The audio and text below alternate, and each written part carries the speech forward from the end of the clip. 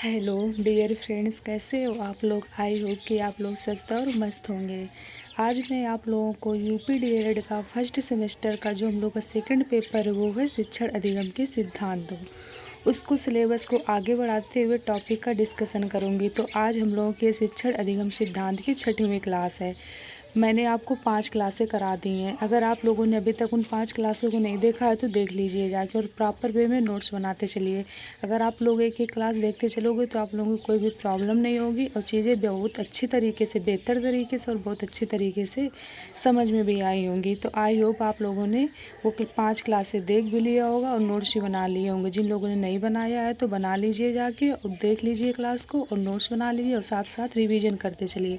अगर आप लोग क्रम से क्लासों को नहीं देखोगे तो कुछ भी समझ में नहीं आएगा। कल की क्लास में मैंने आपको बताया था संप्रेषण के प्रकार के, संप्रेषण के कौन कौन से प्रकार होते हैं। संप्रेषण के 2 प्रकार थे, एक था शाब्दिक संप्रेषण और एक था अशाब्दिक संप्रेषण।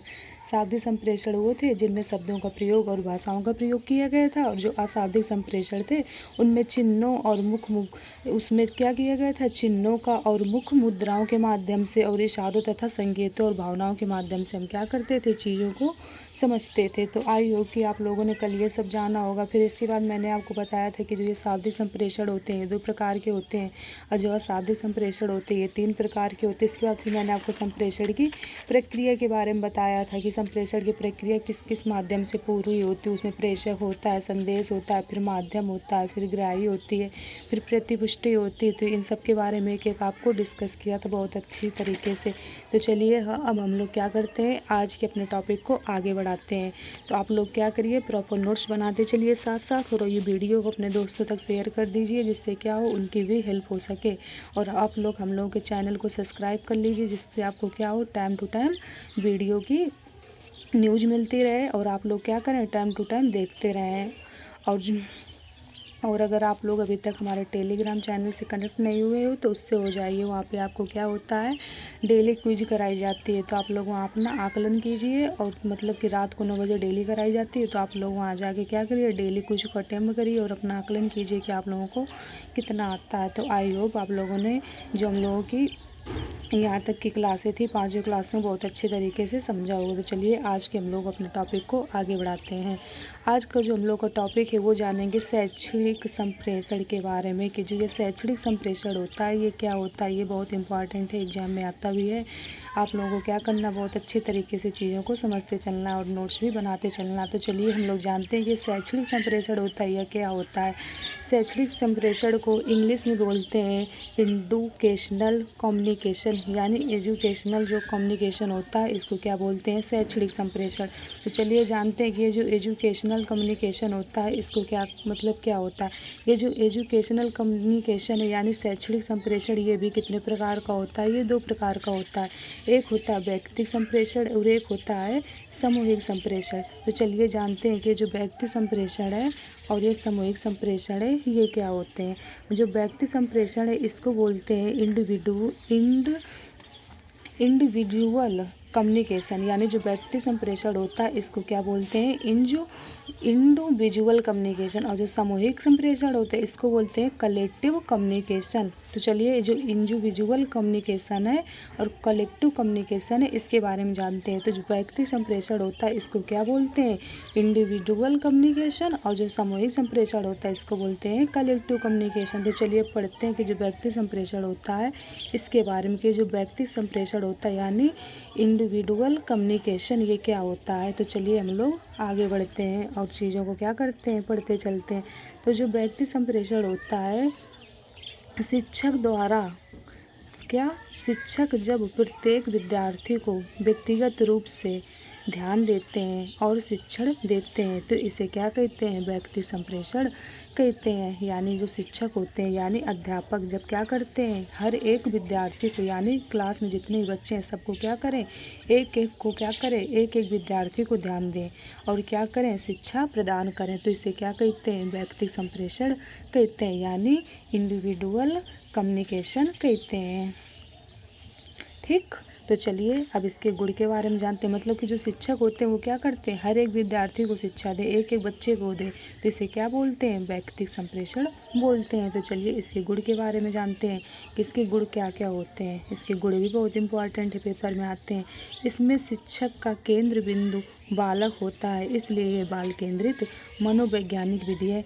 अब जाहिर सी बात है, जब टीचर क्या करेंगे, बच्चों को देंगे शिक्षा, तो इसका मतलब है कि ये शिक्षा कैसी होगी, बाल केंद्रित होगी, यानी कि इसकी रिकॉर्डिंग होगी, बच्चे की रिकॉर्डिंग। तो वही कहा गया है कि इसमें शिक्षा का केंद्र बिंदु बालक होता है, इसलिए यह बाल केंद्रित मनोवैज्ञानिक विधि है। ठीक, चलिए अब जो इसका दूसरा गुण है वो जानते हैं।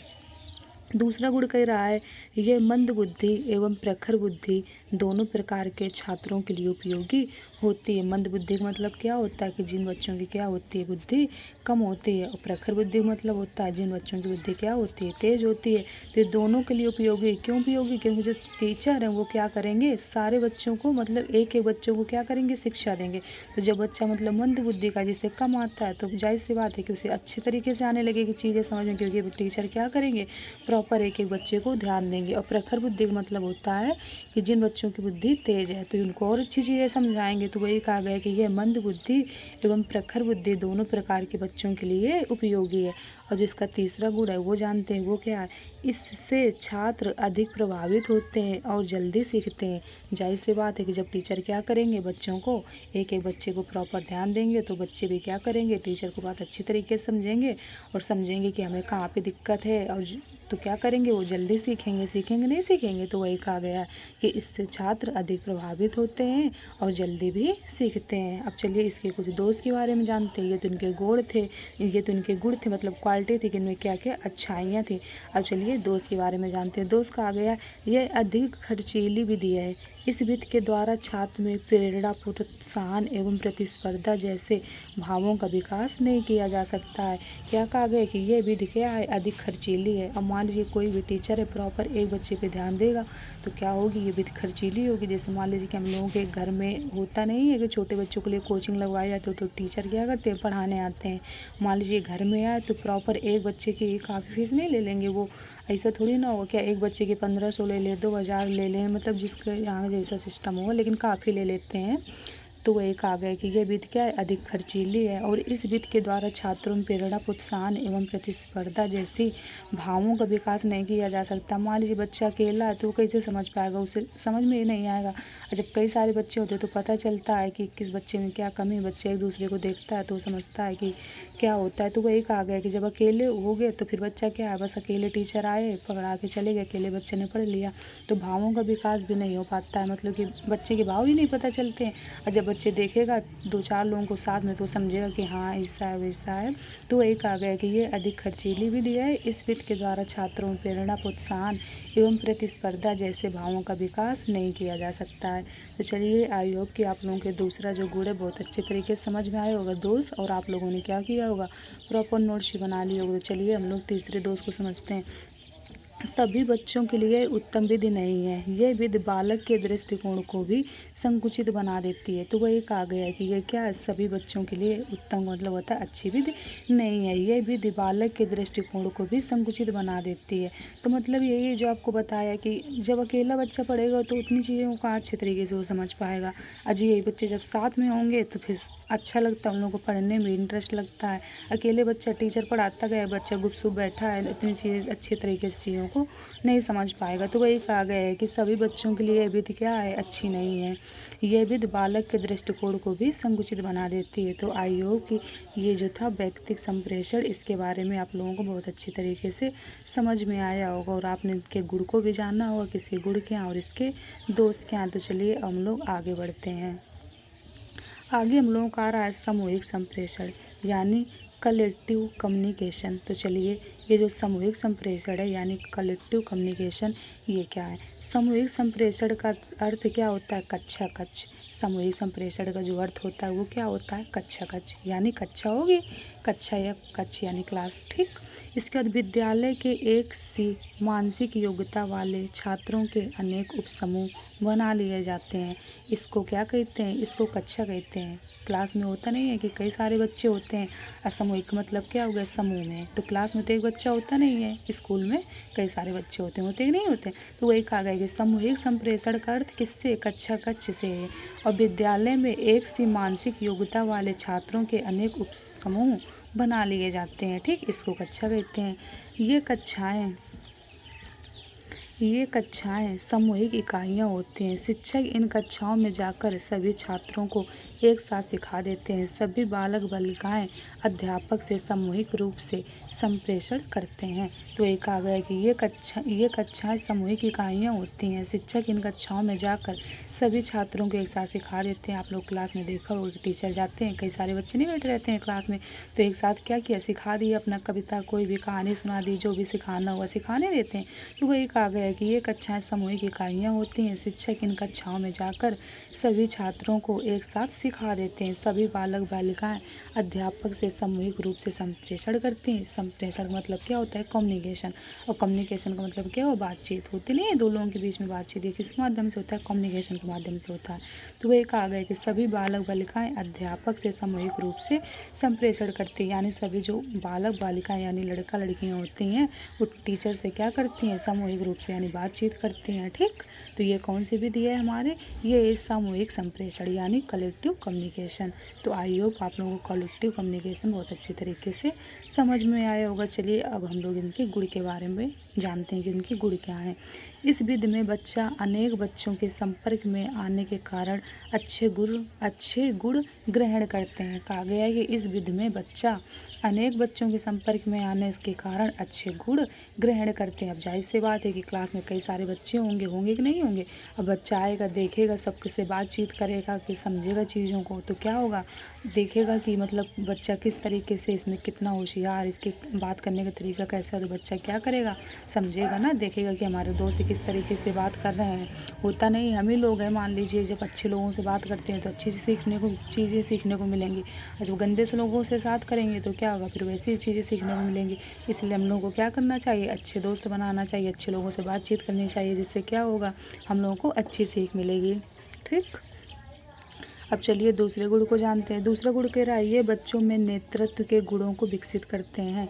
नेतृत्व का मतलब यही होता है कि किस तरीके से, मतलब अपनी एक पर्सनालिटी अच्छे गुण। तो वही कहा गया है कि ये बच्चों में नेतृत्व के गुणों को विकसित करते हैं, कि मतलब गुण हमारे अंदर क्या है। तो ये सब किसके माध्यम से होता है? इसी के माध्यम से तो होता है, सामूहिक कम्युनिकेशन के माध्यम से। जब हम लोग जाएंगे बाहर, देखेंगे बच्चों को, जैसे बच्चा है मान लीजिए क्लास में कई सारे बच्चों को देखेगा कि उनके अंदर क्या गुण है, क्या क्वालिटी है, तो वो एक आ गया कि ये बच्चों में नेतृत्व के गुणों को विकसित करती है। इसके बाद जो अगला है पॉइंट वो समझते हैं। जो तीसरा पॉइंट वो कह रहा है ये सरल एवं व्यवहारिक विधि है। ये सरल एवं व्यवहारिक विधि है। ये विधि क्या है? सरल है, क्योंकि अब क्लास में कई सारे बच्चे होते हैं तो क्या होता है, इतनी ज़्यादा फीस भी नहीं लगती है। लगती है क्या? नहीं लगती, होम ट्यूशन की ज़्यादा लगती है स्कूल की अपेक्षा। तो वही कहा गया कि ये विधि क्या है? सरल है और व्यवहारिक है, मतलब बातचीतों में भी क्या होता है, समझ में आ जाता है। जब सामूहिक मतलब कई सारे लोग होंगे तो सब लोग क्या करेंगे? अपनी बातचीत करते हैं कि नहीं करते हैं? टीचर भी बातचीत करते हैं, समझाते हैं। तो वही कहा गया कि ये विधि कैसी है? व्यवहारिक है। अब इसके बाद जो अगला पॉइंट आ रहा है, चौथा पॉइंट, वो क्या आ रहा है उसके बारे में पढ़ते हैं।